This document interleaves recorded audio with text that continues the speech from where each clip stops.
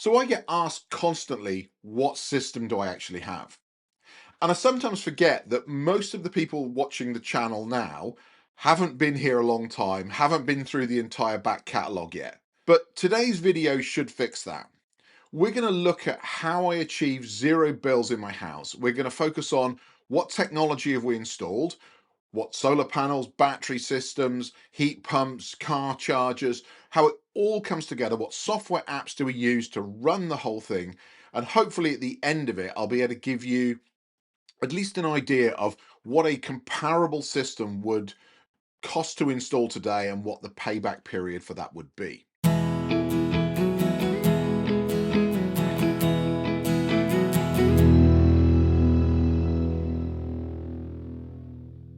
Now, the way we're going to do this is I'm going to use a 3D model of my house. Now, normally when I do these kind of videos, I would just put up the drone, fly it around my house, take a whole load of photographs and show you those. But just lately, I've had a couple of people get in touch who said, from those videos of your house, I've been able to work out where you live. And to be honest, that's a little bit creepy. So my first request is don't be creepy. Secondly, for that reason, we're going to use a 3D model of the house. So welcome to my zero bills home. Now, I should say at this point, my house is nothing special. It is a 3-bedroom detached house built in the late 1990s to 1990s installation specifications. So, to set the stage here, in 2025, my energy bill for the whole year for heating, hot water, electricity use, and charging 2 electric cars was minus £43. That means for the whole year, the energy company paid me £43. And as part of that, we were able to drive our electric cars for 16,000 miles totally free of charge. Now, just to put that into perspective there, that alone, just those miles, if you were to work on a principle of like a 2 litre diesel car, and you were doing it at about £1.50 a litre, that would cost about £2,800 to do 16,000 miles.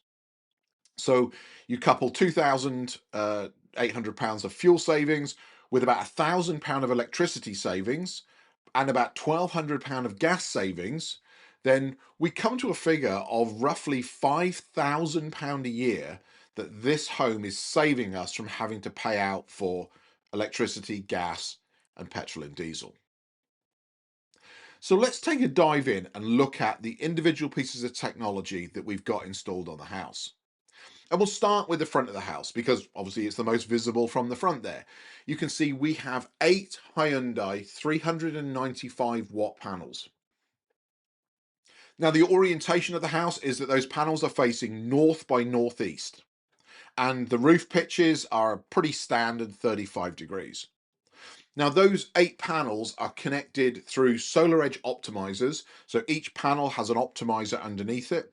Now, optimizers are usually used in situations where you might encounter shading, because one shaded panel could bring down the power level of the whole string.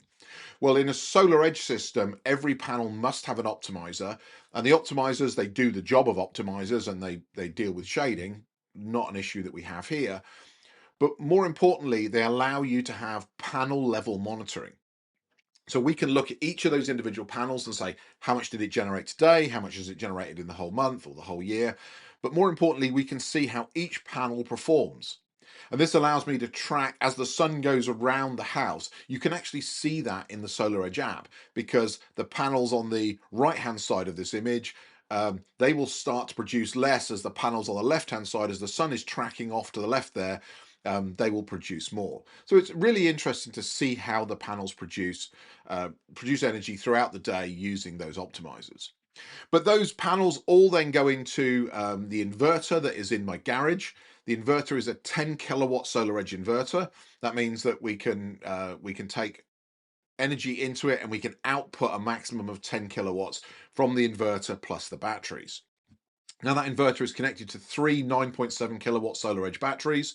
It is a hybrid system, so they are DC batteries that sit behind the inverter. And the advantage of that is that we're not limited by the inverter to charge the batteries. So if we get a really sunny day and all of the panels are producing, we can feed that all as DC power directly from the panels directly into the batteries. Now, the other side of that is when we want to take power out of the batteries, we have to convert the DC into AC, so it has to flow through the inverter. So the maximum that we can draw from those batteries at any one point of the day is 10 kilowatts.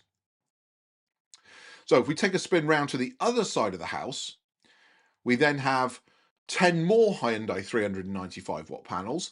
These are on the south-southwest facing aspect of the roof. And again, 35-degree roof pitch. And again, just like the panels on the front, these are all connected to that same 10 kilowatt solar edge inverter. They have optimizers underneath them all, and they're connected to the same three 9.7 kilowatt solar edge batteries. And then finally, the third part of the array are the 4 Hyundai panels that sit on the south-southeast facing garage roof. Now, with these 3 different arrays, it means that we can basically follow the sun as the sun moves around, and I'll show you an illustration of that a little bit later on. But it means that each of these sets of panels starts and stops generating at different times of the day, trying to maximize our coverage. But again, each one of those has a solar edge optimizer on them. They're all connected into my 10 kilowatt solar edge inverter. So that's the rooftop systems. Now let's take a look at the fence mounted systems. So on this side of the garden, we have 2 Ecoflow 440 watt panels. They are in an east-northeast facing aspect. And because they're mounted vertically on the fence, they actually have a 5-degree pitch. I have a little 3D printed bracket that I made up that sits underneath the bottom of the panel and just lifts the panel away from the fence. But those 2 panels there, those 2 440 watt panels, are connected to an Ecoflow Stream Ultra system. That Stream Ultra system comprises 3 different battery units. Each one is 1.9 kilowatt hours, giving me a total of almost 6 kilowatt hours for that system. There is 3 different models in that system. There is the Stream Ultra, which has the solar panels connected to it. There is the Stream AC Pro, connected to that as a secondary battery. And then there is a Stream AC connected as the third battery. Appalling naming. I know, Ecoflow, you need to sort that out. But a really nice small system. And the whole premise of this system is that it could be portable. So if you were renting accommodation and maybe you weren't allowed to put panels on the roof, you could put panels like this on the fence, use a system like the Stream Ultra, store the power, feed it back into your house, and then when you move house, pick the whole thing up and take it with you. So next to those 2 Ecoflow 440 watt panels, we have 2 JA Solar 440 watt panels. Now these are actually bifacial panels, although we're not getting any of the benefit of them being bifacial because they're mounted on the fence there. These are in a southeast facing orientation, again, a 5-degree pitch. But instead of being connected to the Stream Ultra system, they're actually connected to the Ecoflow Power Stream. Now, this is an older system that I don't believe is available anymore today, but it is an 800 watt inverter, just like that in the Stream Ultra, but it has separate external batteries. So in the garage alongside the Power Stream are 2 3.6 kilowatt Ecoflow Delta Pro batteries. So that gives us a total there of about 7 kilowatt hours of storage in the garage connected to those 2 panels. And then, just because we've got a bit more French space, on the other side of the garden, we have a further 2 Ecoflow 440 watt panels in a west-southwest facing orientation, again with a 5-degree pitch, and these also connect to that Stream Ultra system. Now, the advantage of having panels on both sides of the garden is that the ones on the other side of the garden, they connect and they give you morning sun. So they will collect sunshine from about 9 o'clock in the morning all the way through to the middle of the afternoon. And the panels on this side of the garden will connect and they will give you evening sunshine, which they will fill the batteries up with. Now that's all of our solar panel systems. But the next part of the system is our heat pump. Now this sits around at the side of the house. This is a 6 kilowatt Daikin heat pump. Now, I get a lot of questions, people saying 6 kilowatts, that's an awful lot of energy. It doesn't use 6 kilowatts of electricity, it produces 6 kilowatts of heat. The most I've ever seen it use on like a really cold morning in January is about 3.2 kilowatts of energy. So, and that's only for a very short space of time. So during the day, on a normal, like cold winter's day, it probably ticks along at around about 800 watts. In the summer, when it's only there producing hot water, it might use 1 kilowatt hour for the whole day. So again, very variable in how much energy it uses, obviously depending on the outside temperature. But that heat pump supplies all of our heating through an air to water system. So this is not an air conditioning unit. This doesn't provide cooling in the summer. It only provides heating and hot water. And the way it does that is it transfers heat energy from outside of the house into water that is then used to either heat hot water for showers, or to put into radiators to radiate heat out into the house. Then if we move up to the front of the house on this side, we've got our 7 kilowatt Zappi charger. Apologies, I didn't have a 3D model of the Zappi, so a generic charger on the wall, but it's a 7 kilowatt My Energy Zappi. This is the tethered version. It is a Type 2 that connects to my Tesla Model Y. And then on the other side of the house, we actually have another My Energy Zappi. In this case, this is an untethered model. And the reason for that is that this connects to my wife's Nissan Leaf. And the Nissan Leaf uses a Type 1 connector. So in this case, rather than buy a charger that has a tethered Type 1, that if we ever change the car will be no use to man the beast, we use an untethered version, which means we can change the cable later on if we upgrade that car. Now, if we take a look at the house from the top there, I'll pop a compass up on the screen so you can actually see the orientation of all the different panels there. The red arrow is north. So obviously you can see the north-northeast facing panels, the south-southwest, and then the south-southeast. But I've also put an icon on the screen here that shows where the sun tracks around the sky. And what you'll see there is over the course of a day, all of those panels get sun at different times of the day. So all the way from sunrise in the middle of June, which is around 5 o'clock in the morning, all the way through till almost 8:30 at night, some of those panels are always generating and always storing their power in our batteries.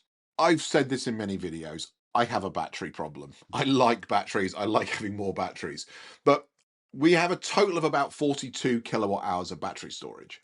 And that comprises about 29.1 kilowatts of solar edge batteries. Those are our main house batteries.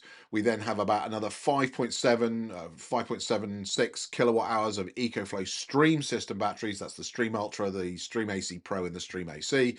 And then we have a further 7.2 kilowatts of Ecoflow Delta Pro batteries. Way too much battery storage for most people, but it works for us. And then we have about another 6 kilowatt hours of various power stations, Ecoflow, A4E, and a number of different brands that we use to transport power. So for instance, if we need to take power from the house down to the stables where my wife keeps her horse, that is in a completely off-grid environment. There is no power down there whatsoever. So we can just pop a power station in the car, take it down there, charge up the electric fence batteries, run some power tools, charge up all the lighting that's down there. So it's a great way to be able to move free energy from the house to places where it is needed. It also allows me, should there be a power cut, my house would continue to operate because the house can run in island mode, is I can charge those power stations up and I can give them to my neighbors to deal with the power cut. The hardware itself is only one part of the solution. The thing that really makes this all work together is we monitor every single electrical circuit in the house. Now, the way we do this is mostly with Shelly EM energy monitors. These are small devices that go into your consumer unit, and then they have what's known as CT clamps, current transformer clamps, that go around the wires for different circuits going off to different parts of your house. That allows me to see exactly what is using energy, when it's using it, and manage the whole system. Now, I couple that with a few apps from different vendors. So I use the My Energy app to manage the charging of the cars. And we use the Solar Edge app to manage the main house batteries, and the EcoFlow app to obviously manage the EcoFlow batteries. But then I bring that all together into a platform called Home Assistant. Now, Home Assistant is an incredible piece of software. It is an open source platform that lets you bring multiple different vendors' systems into one tool. And it does require a little bit of technical knowledge to get it going, but this, what you can see on the screen here, is an example power flow diagram. So this is showing the power coming from all of my systems. Doesn't matter what manufacturer they are, whether it's the EcoFlow that's sending power into the house, whether it's the Solar Edge sending in, whether it's solar coming from the panels, coming in from the grid. all of those monitors feed into this platform to give me one view of the whole house. So the question that comes up quite often is, how much did this all cost? And I'd love to be able to give you a figure and say, I spent this much money.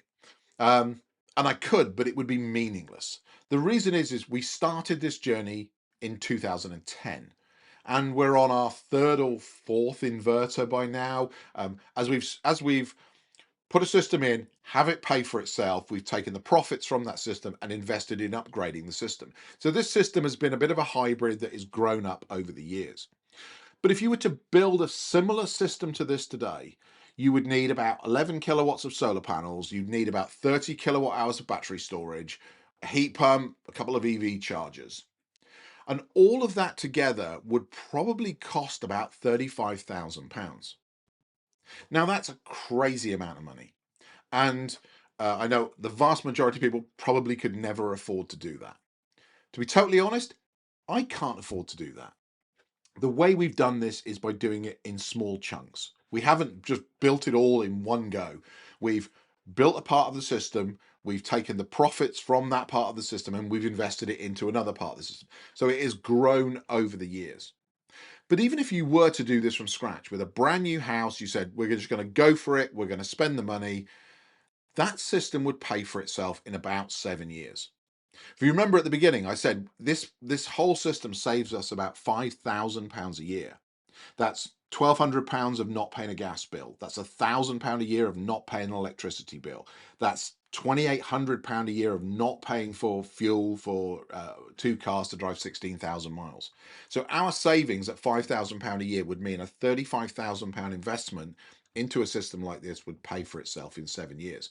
And bearing in mind, most of the kit in this house is warranted for at least a decade. So all of the battery systems generally come with about a 10-year warranty now. The panels, the inverter, they all have a 25-year warranty on them. So yes, we probably should keep some money in case something fails, but generally my experience is this stuff is rock solid. We've not had any problems with it so far. In fact, the only problem we've ever had was our 2010 inverter, the Fronius inverter that we put in 2010, started to show problems after about 7 years. And when I went online, a lot of people were saying it wasn't a particularly great inverter. It would generally die in about 5 to 8 years. Since then, when we've replaced it with the solar edge inverters, we've had no problems with them at all. So that's the house. That's the cost of installing all that. But I should say, to get to be a zero bills house, you would think we must be pretty frugal with energy. And that is so far from the truth. It is not funny. Our heat pump uses about 3.2 kilowatts on a cold day. We charge our EVs. We have two 7 kilowatt chargers, although we actually do limit the amount of charging that they do to about 9 kilowatts between them. We took out our gas hob and we put in an induction hob. That induction hob, if you have all of the, I don't know if you call them rings anymore, but the heating elements in it, if they're all running at max, that thing can draw about 9 kilowatts. We have a hot tub that we use in the summer that draws about 2.3 kilowatts. And then the base load for our house in the summer is about 350 watts an hour. In the winter, it's more like 600. So we are not a low consumption house by any stretch of the imagination. So by having this system, it allows us to live a very nice lifestyle. We don't worry about our energy bills, and we can still run things like a hot tub without, crippling ourselves financially. But the hardware is only one part of the strategy. The Where this comes together is with the tariffs. Now, last year we were on Octopus Intelligent Go for the whole of 2025. And we used a strategy where we would grid charge our batteries overnight, even in the summer, so that we could maximize our exports. Now, just recently, the export tariffs have reduced a little bit for Octopus outgoing. So in 2026, we're going to change that. We're going to use Octopus Intelligent Go and grid charge the batteries in the winter. But in the summer, we're going to move to a fully self-consumed model where we're going to consume as much of our solar as we can. We're not going to grid charge the batteries. We're going to push as much of our excess solar that we don't use into those batteries and export that during the premium periods between 4 and 7 p.m. And for this, we're going to use the flux tariff. And You couple all of that together with all of the hardware, with the tariffs, with the energy monitoring system, and it lets you achieve a zero bills house quite simply. So to start to wrap this up, there's really a few pillars to the system that you really need to understand. The first is self-consumption first. Is with a system like this, it will save you more money if you use the energy that you generate. Yes, you can make money from exporting it, and you can arbitrage energy where you might say, well, it's cheaper for me to export the energy now and make 12p per kilowatt hour for it, and then import that energy back in the middle of the night to charge my EV.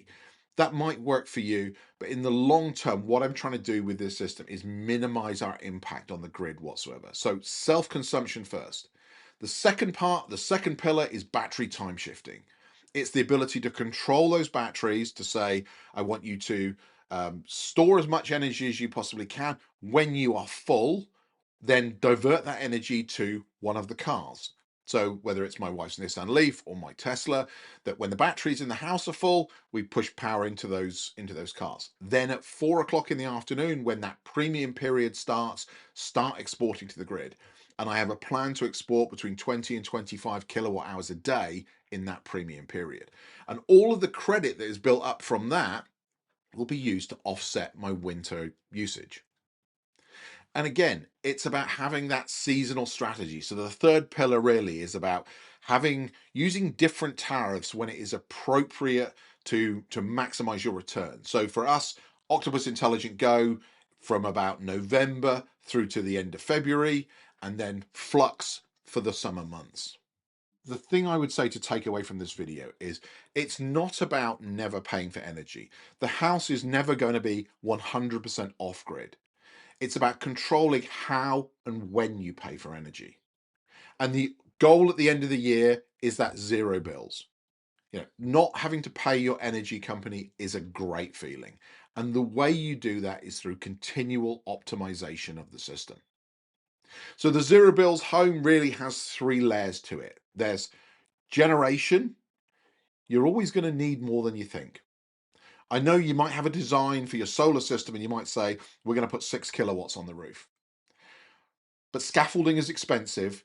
If the engineers are going to be up there, then you might as well cover the entire roof. When you're installing storage, batteries, you don't necessarily need to go big straight away. Most modern storage systems are modular. Think of them like Lego bricks. You need a bit more, you pop another brick on the stack. So invest in a modular system, a system that will let you grow over time.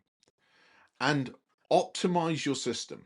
Don't jump to conclusions. Don't follow what other people, especially idiots on YouTube like me, say. Use the data to drive the decisions of how you will optimize that system to get you to a zero energy bill home. And if you get all of those three parts right, everything else are just inconsequential details. You don't need to worry about it. Get the generation right, get the storage right, and optimize the system, and you'll end up with a zero bills home. Anyway, that's it for today's video. If you have any questions, then please do hit me up in the comments below. Always happy to engage with people who have questions, who want to know a bit more. Again, apologies for you having to use the 3D model, but it's the internet. These kind of things happen. With that, I'm going to sign off. I hope this has been useful. And if I'm lucky, I'll see you back here real soon for another video. Take care. Bye-bye.